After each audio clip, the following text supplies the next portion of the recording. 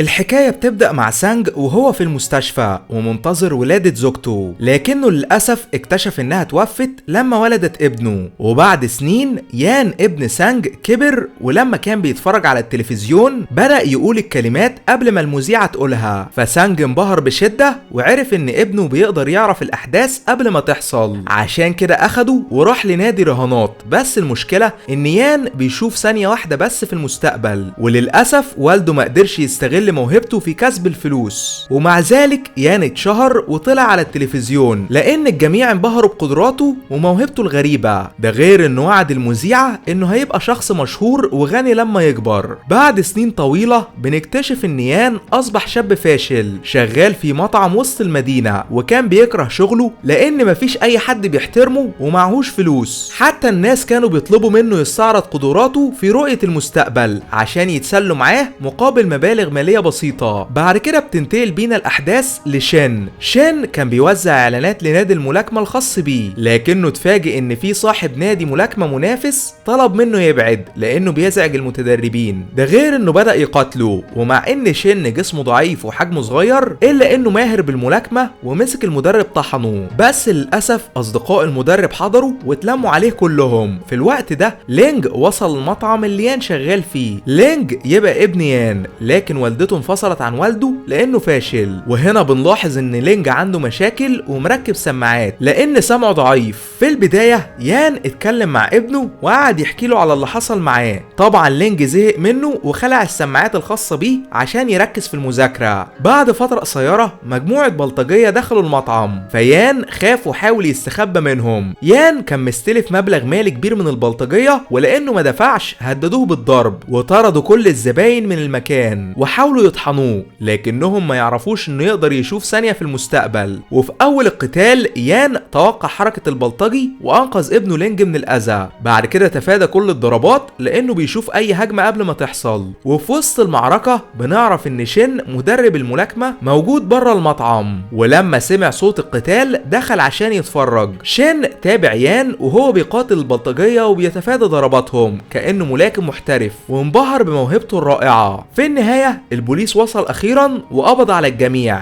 لما الضابط سأل يان هو استلف الفلوس ليه، يان قال انها لعلاج سمع ابنه لينج. ومن حسن الحظ تم اطلاق سراح يان بعد التحقيق، لكنه اول ما خرج شين قابله وقال انه ممكن يبقى ملاكم اسطوري بسبب ردة فعله السريعة. بس يان رفض يتدرب معاه، واول ما شاف ابنه مع المدرسة الخاصة بيه طلب يكلمه، لكن لينج رفض ومشي من المكان وهو غضبان. طبعا يان جري ورا ابنه وحاول يصالحه، فشين اعطاه الكارت الخاص بيه وطلب منه يتصل عليه باقرب وقت. تاني يوم الصبح لينج فضل متخانق مع والده لان في طفل متنمر كسر السماعات الخاصة بيه، ولما يان حاول يتكلم معاه ويعطيه صندوق الغدا لينج رفض وجري بعيد. ده غير ان صاحب المطعم هزق يان وضربه وقال انه خسر كل فلوسه في الرهانات ووقع نفسه بمشاكل كبيرة. بعد كده طرده من الشغل لان المكان اتدمر بسببه. للأسف يان خسر كل حاجة، ولما كان بيشرب سجاير رمى الورقة الموجودة بجيبه، بس عامل النظافة رجعها ليه وطلب منه يقذفها بصندوق المهملات. وهنا يان لاحظ ان الورقة دي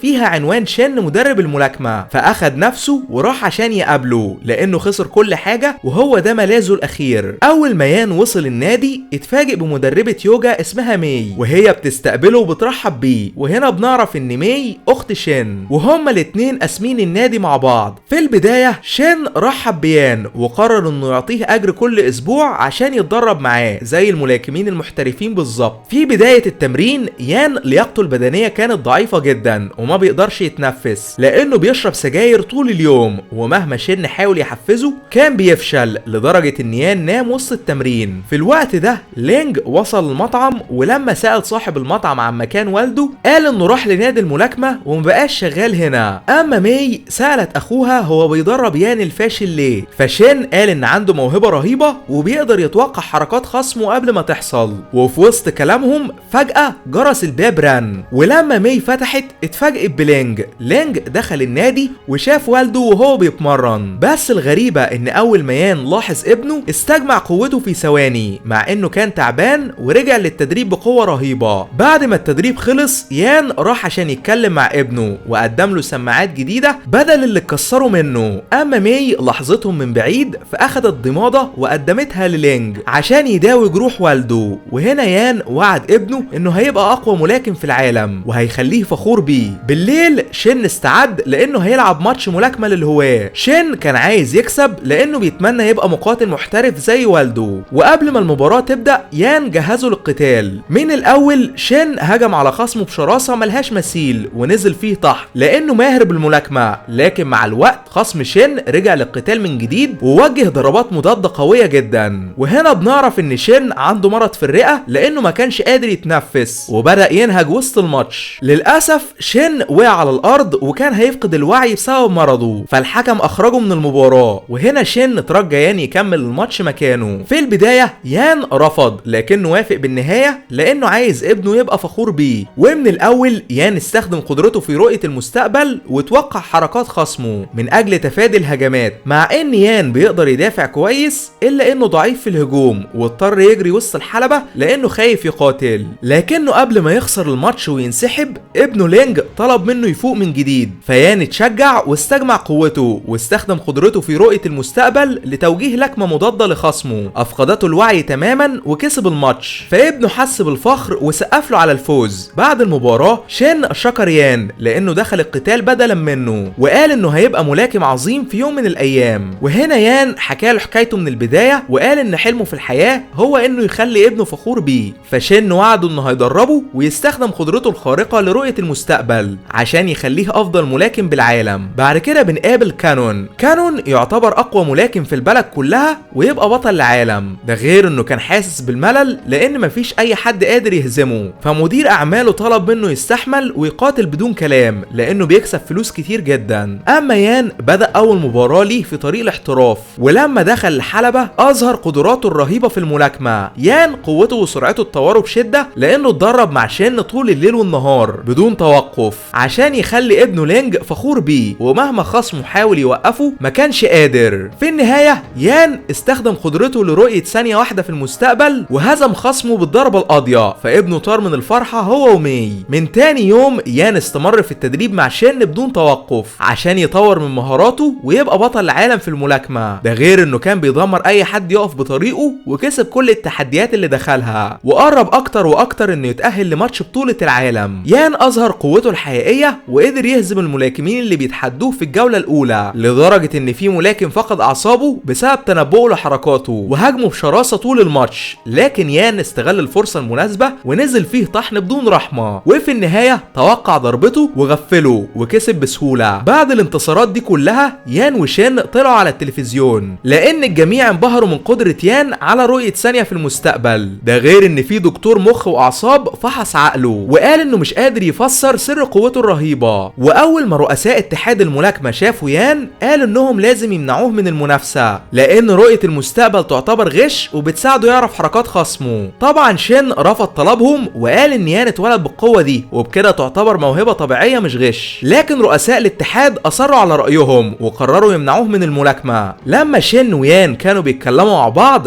فجأة مدير اعمال المقاتل كانون ظهر وكتب كلمة على ورقة خباها في ايده وقال ليان انه لو عرف الكلمة دي يبقى بيقدر يشوف المستقبل وهينظم له قتال على بطولة العالم. بالفعل يان عرف الكلمة بدون مشاكل، ومدير الاعمال اتكلم مع اتحاد الملاكمة وطلب منهم ينسوا القوانين وينظموا قتال ما بين يان وكانون لانهم هيكسبوا فلوس كتير جدا. والتحدي ما بين الاتنين كان رهيب لدرجة انهم اتخانقوا وسط الصحفيين. بالليل لينج اتمشى مع والده وطلب منه لعبة لهالك، فيان قال انه هيشتريها ليه اول ما المحل يفتح. بس فجأة واحد من الملاكمين اللي يان هزمهم قبل كده ظهر وطلب يتحداه. في البداية يان تجاهله واخد ابنه ومشي، بس الملاكم حاول يضربه ولان يان بيشوف المستقبل تفادى ضربته بسرعة البرق، وبالصدفة رمى لينج قدام الاتوبيس فقفز باقصى سرعته وحاول يحميه. في النهاية لينج ويان اتصابوا بشدة وفقدوا الوعي وسط الشارع، بس من حسن الحظ الاتنين وصلوا المستشفى على اخر لحظة، والدكتور قال ليانج ان لينج ابنه حالته حالته الصحية خطيرة جدا. طبعا يان اتصدم وراح عشان يطمن عليه وفضل يعيط لانه السبب في الحادثة دي. بعد فترة قصيرة شين ومي وصلوا عشان يطمنوا على لينج، وهنا يان قال لشين ان قدرته على رؤية المستقبل اختفت بسبب الحادثة واصبح ضعيف من جديد. ده غير انه بعد عن الصحافة وقرر انه هينسحب من الماتش ضد كانون. وفي يوم من الايام الملاكم اللي هاجم يان ظهر واعتذر على اللي حصل. طبعا يان اتعصب منه وضربه، لكن الملاكم قال انه لازم يلعب الماتش ضد كانون وما ينسحبش، لان الفرصة على بطولة العالم بتيجي مرة واحدة بس في الحياة ولازم يستغلها. وسط الليل الدنيا كانت بتمطر ولينج صحي على صوت الرعد. اول ما يان شاف ابنه فايق من الغيبوبة حس بسعادة كبيرة ووعده انه هيفضل جنبه ومش هيسيبه مهما كان التمن. تاني يوم الصبح يان قابل شين وقال انه عايز يدخل القتال ضد كانون مع انه خسر قدرته على رؤية المستقبل. فشين حس بالسعادة وبدأ بالتدريب معاه. يان اتمرن طول الليل والنهار عشان يطور من اسلوبه القتالي لانه ما بقاش يقدر يتوقع حركات خصمه. اما كانون هو كمان بذل اقصى مجهوده لانه بيدافع عن بطولة العالم ولازم يكسب عشان يثبت قوته للجميع. بعد ما التدريبات انتهت لينج قال لوالده انه بيشجعه وبيتمنى يكسب المباراة، فيان شكره وانطلق لحلبة الملاكمة. بالليل الماتش ما بين يان وكانون اتنظم اخيرا. في البداية الحكم قدم يان للجمهور، فيان دخل مع مدربه شين واستعد للقتال. بعد كده قدم كانون والجميع حياه في سعادة لانه بطل العالم ومعروف بقوته الرهيبة. في النهاية الاتنين دخلوا الحلبة واستعدوا للمعركة الاخيرة. من الاول كانون سيطر لانه قوي وسريع جدا، ومهما يان حاول يقاوم ما كانش قادر لانه فقد قدرته على رؤية المستقبل واصبح شخص عادي. للاسف كانون نزل طحن في يان بدون رحمة، بس من حسن الحظ جرس الجولة ضرب، وهنا شين اعطى يان بعض النصايح عشان يهزم خصمه. وفي بداية الجولة التانية كانون استمر بتوجيه اللكمات، لكن يان غفله وضربه ضربة قوية في ضلوعه واصابه بشدة. القتال ما بين يان وكانون استمر لجولات طويلة، ويان كان عايز يكسب عشان يخلي ابنه فخور بيه، اما كانون عايز ينتصر لانه بطل العالم وبيتمنى يثبت قوته للجميع ويحافظ على لقبه. مع ان يان اتصاب في عينيه الا انه كمل القتال لحد اخر نفس. وفي الجولة العاشرة والاخيرة